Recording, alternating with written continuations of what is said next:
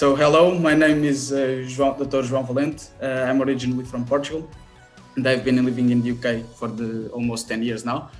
So back home, I studied material science and engineering, and right away I started working in scientific research while finishing the university. Back in Portugal, in terms of research, there is much less money and equipment. And I saw this as an opportunity, and using the engineering skills, I basically got much more creative and thinking about different solutions. So I think here the main message is that this is exactly what engineering it is for me. It's about transforming what we scientifically find and scientific studies into day-by-day solutions. And this has to be done using a lot of creativity, adaptation, and a lot of hard work as well. I always loved engineering because of this practical side of it. So you can pick up something that it's not ready to be used, and by engineering it, transform it, it will directly impact our lives, and we can see the results right away. Then in terms of the way I ended up being a material engineering, a material scientist engineer, it was basically I was trying to decide which degree I would go in the university, and I went to see an exhibition about material science and engineering, which kind of materials you have around us, what are their properties, and how you can fabricate them.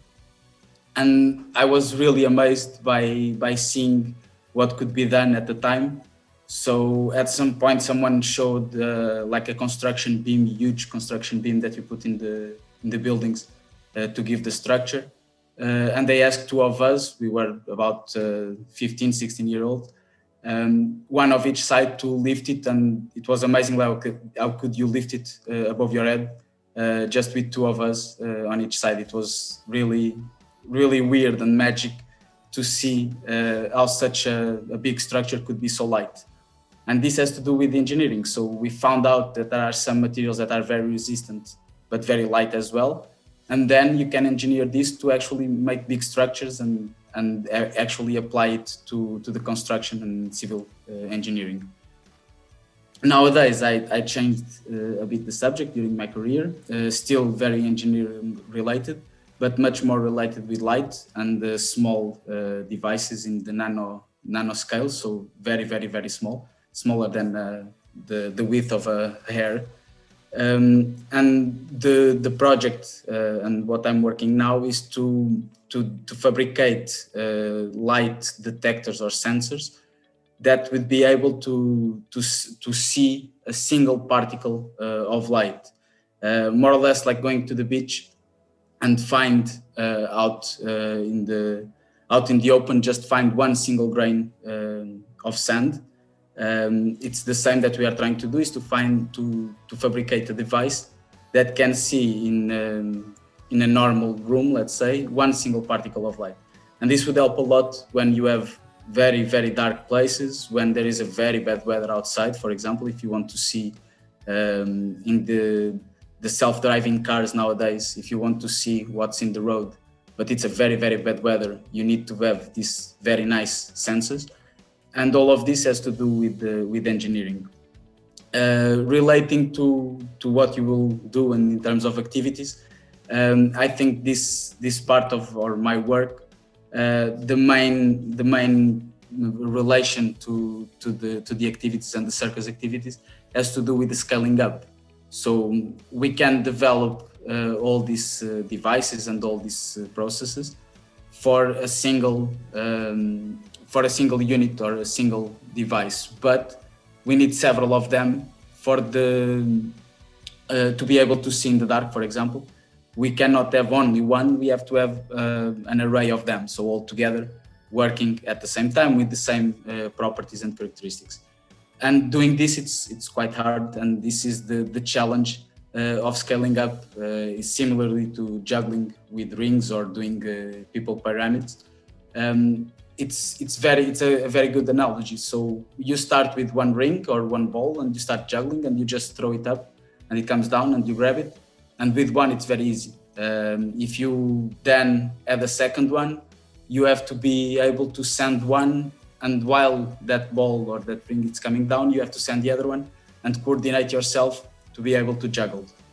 The more elements you add to your juggling, the harder it becomes. And there is a limit, and at some point, everything will fall down. I think this is what's happening in our work with engineering. It's sometimes things work individually, and that's great. You show they work and you can apply them. But then to be actually useful for our daily life, you have to have several of them working together. And this is a big challenge, and you have to engineer things to go around it. The example with the pyramids, it's also very interesting in the sense that you can make a very tall pyramid, but if you start with the smaller and lighter people and less strong people on the bottom, it would be very hard to go very high. So you have to engineer and look at the elements you have around and place them accordingly to reach the top. So you would put eventually strong, big people on the bottom, and then slowly going upper, having smaller people, lighter people, so you can reach the top without everything falling apart. So this is what you would see in your activities, and doing some circus activities is that some things you are going to be able to do it right away, but when you add degrees of complication and some other elements, you will have to scale up and to see what's the better way to get to the final result. And I hope you enjoy it and you put a bit of engineering into your circus activities. Have a great day.